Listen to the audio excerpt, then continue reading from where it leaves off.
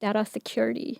So we've seen in our survey that advisors now feel secure. They're not too concerned about data security, but we know that from the firm's perspective, it's definitely still a concern.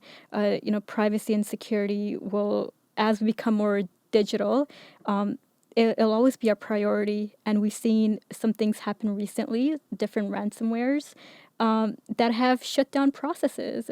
So that besides those having those data layers, sort of where does security fit in, and how do firms make sure that security is something that one fits in the puzzle and two is still a priority?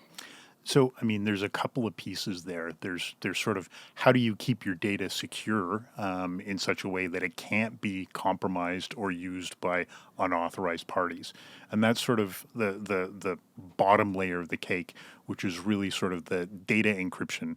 The tools that are actually being used for that end up really, in most cases, being transparent to the application these days. So it's not so much of a application space or a cost or performance impact on how things are actually working.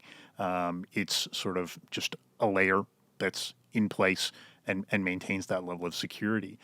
Some of the evolution of that is as you move to that model and get to that model, your data actually has less value to someone who's actually dealing with it from a compromise perspective. They can't read it. So the compromise is more from a service perspective.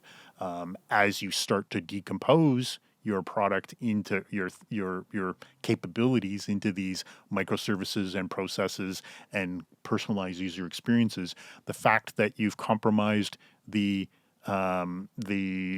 availability of one particular environment doesn't matter because you pick it up and you move it somewhere else.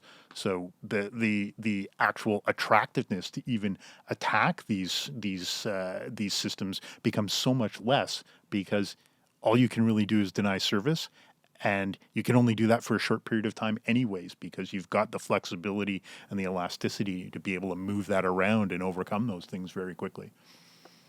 Yeah, I think you talk about security and privacy, and that is, there's one aspect around being able to personalize, being able to get the insight from data, but the other side is making sure that you do it in a way that is safe and secure, but is also have the privacy, right? Privacy for clients, privacy for advisors.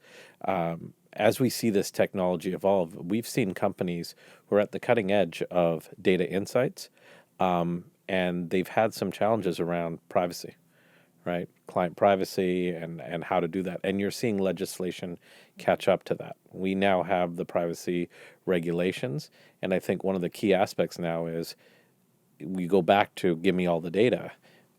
You only use the data for what you need.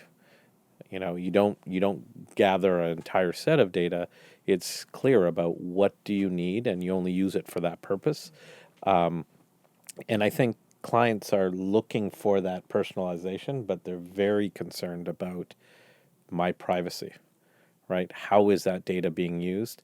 A lot of our clients have to make sure that as they aggregate data, they're doing so in a meaningful way with the consent of clients, and it aligns to the legislation and privacy. And that goes to personalization. I'm sure you see it all the time. Yeah.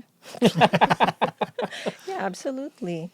So there are two sides of the coin, right? People expect us to provide them data, but at the same time, they expect you also to protect that same data. So